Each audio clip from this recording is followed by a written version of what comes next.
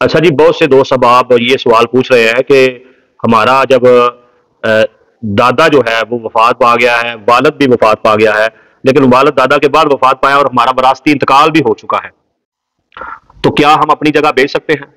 और बहुत से ये पूछ रहे हैं कि हमें नाना नानी की जायदाद से हिस्सा आता था, नाना फौत हुआ, विरासती इंतकाल हो गया, जगह वालदा के नाम हो गई, अब वालदा भी वफात पा गई है, तो हमने उनका विरासती इंतकाल भी करवाया हुआ है, तो क्या हम वो जगह सेल कर सकते हैं? ये दोनों एक तरह के ही सवाल है जी मेरे भाइयों। ये विरासती जमीन जो अब विरासती इंतकाल के बाद जो है नाना नानी की तरफ से वालदा को मिलने वाली या दादा दादी की तरफ से वालिद को मिलने वाली ये जो जायदाद है, अब आप इसको सेल कर सकते हैं। विरासती इंतकाल हो चुका है, आपके पास इसे सेल करने के मुकम्मल अख्तियार हैं। इस जगह को आप उसी तरीके से सेल कर सकते हैं जिस तरीके से आपने कोई जगह खरीदी हो, रजिस्ट्री करवाई हो, तो उसको सेल करते हैं।